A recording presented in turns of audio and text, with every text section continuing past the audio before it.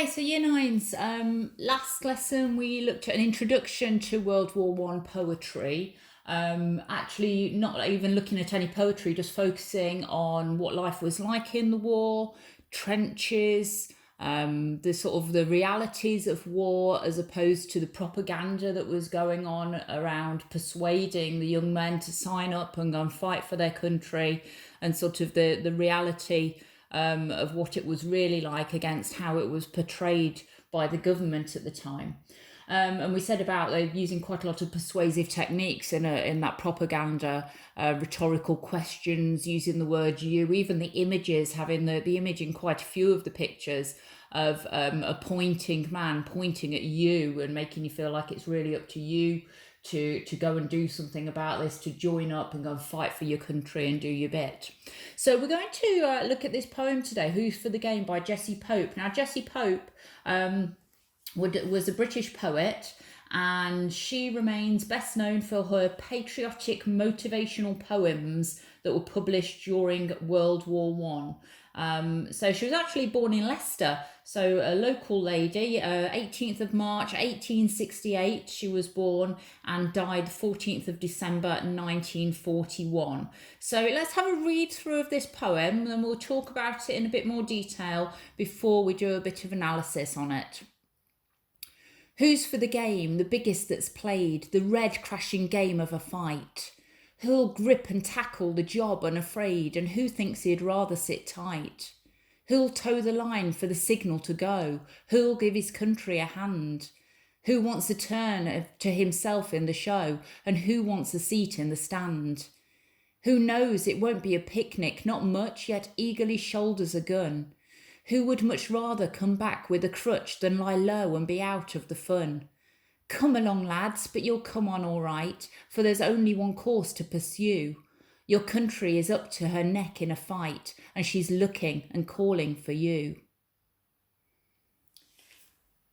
So just by reading that through, we can hear straight away that it's a poem that's got a rhyme through it, at the ends of the lines, also quite a regular pattern as well. But let's actually have a look at how this has been written and how Jessie Pope has actually used persuasive techniques within this poem to try again, just like those propaganda posters, to try to encourage young men to sign up for becoming a soldier and fighting for their country. If we just look at the title of the poem to start with, Who's for the Game? So it's a rhetorical question. Now, is it a game, war? She's making it sound, using that word game, making it sound like it's a bit of fun, going off and having a bit of a laugh with your friends.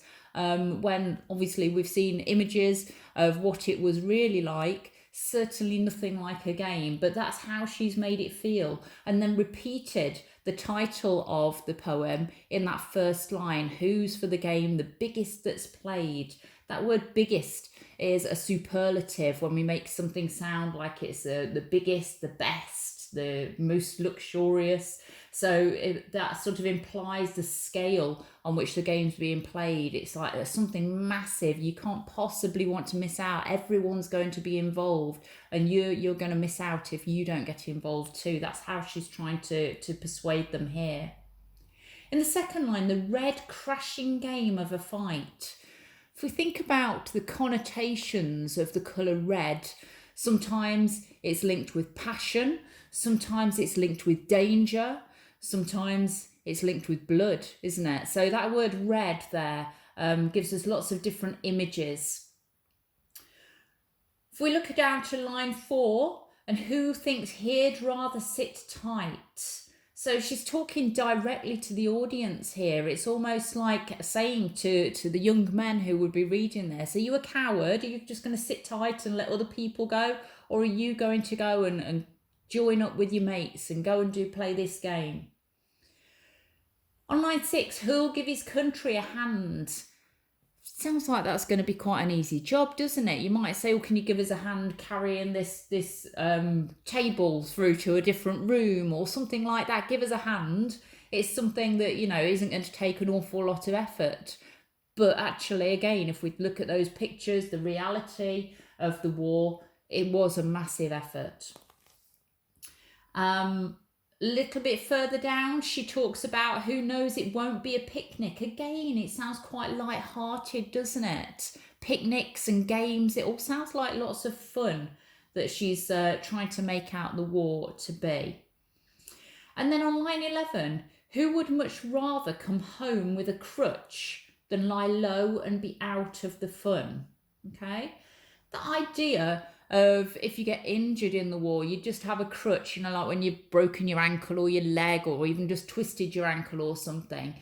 That's sort of showing she doesn't really know, or is not letting on about the reality of war injuries and the death that was involved within this war. She's sort of saying, oh, you might get a bit hurt, you might hurt your ankle a bit, or you might break a leg. That's the worst that's going to happen. And then again, in that next line, be out of the fun. The soldiers really hated Jessie Pope because of the way she portrayed war, and made it sound like it was just a bit of a laugh, a bit of fun. And those soldiers who were out there fighting for the country, giving up their lives for the country, a lot of them really were very, very against what poets like Jessie Pope and similar poets were writing, and the idea that they were giving people about what war was like. On line 13, come along lads. It sounds quite friendly, quite chatty, doesn't it? Come on, come and have a bit of a laugh with us. It'll be great. We're all together. So yeah, quite a chatty tone to it there. And then on the third to last line, there's only one course to pursue, making it sound really like she's assuming that all of the soldiers, all the men are going to sign up to be soldiers. It's like you've not really got a choice. There's only one thing you can do here. Your country is up to her neck in a fight, and she's looking and calling for you. Just want us to focus there on those last two lines about the words that she's used, her neck and she's looking. Why do you think they might have referred to Britain as a she? Why as a female? Think about in the time this was written, World War I, 1914 to 1918. If you think about what we said last lesson about women not really working in those days, that they obviously during the war they had to take up lots of jobs in the factories and on the land, working the farms. But before that, women didn't go out to work generally, and they were sort of looked after by the men. If you think right back to the beginning of this school year when we did the breadwinner, think about that sort of setting. The woman would be the one who was at home, looking after the house, making the food, relying on the breadwinner in the house, usually the male of the house, to bring in the money so that she could go and buy some food and pay the bills and that sort of thing. So it's almost like here, Jessie Pope's describing the country as female, suggesting that it needs the men to help her. It's almost like she needs protecting by men. And men are the only ones who can protect this poor little female who can't look after herself. That's sort of the way that the country is being portrayed here, or that's what's being implied. Okay, so hopefully that gives us a little bit better understanding of the poem. Hopefully you get what sort of perspective Jessie Pope is writing from. Let's have a look at some questions that I'd like to have a go at answering now. So, firstly, what do you think's the message of the poem? Okay, just write a couple of sentences. What message do you think Jessie Pope's trying to get across here? Is the poem pro or anti-war? We've probably come across that word anti at the beginning of words before. Pro means for something. So is it for war or against war? What do you think and why? Are there things that you can pick out to back up your ideas here? Decide how this poem persuades people to join up. So joining up to the army. Do you think that it is successfully achieving its purpose? Do you think this would make men sign up to the army and sign up to become soldiers and fight for their country? And how does it do that? Who's this poem targeting? What does it compare war to? and how? What's it comparing it to? Think about the title there and other words and phrases that have been used throughout the poem. And which techniques can you find? Now, when I'm talking about techniques, we can focus on persuasive techniques, but also think about poetic techniques as well. I talked about rhyme at the beginning of this. Are there any other poetic techniques that you can find that have been used in this poem? So that's what I'd like you to do to begin with.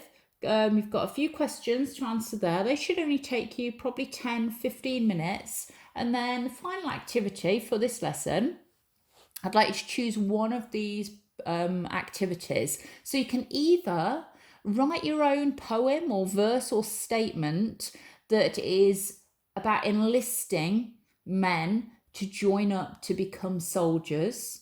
So in the same way that those propaganda posters were written, or this poem has been written, you're trying in your poem or short verse or a statement to get young men to think, yes, I want to go and join up and fight for my country.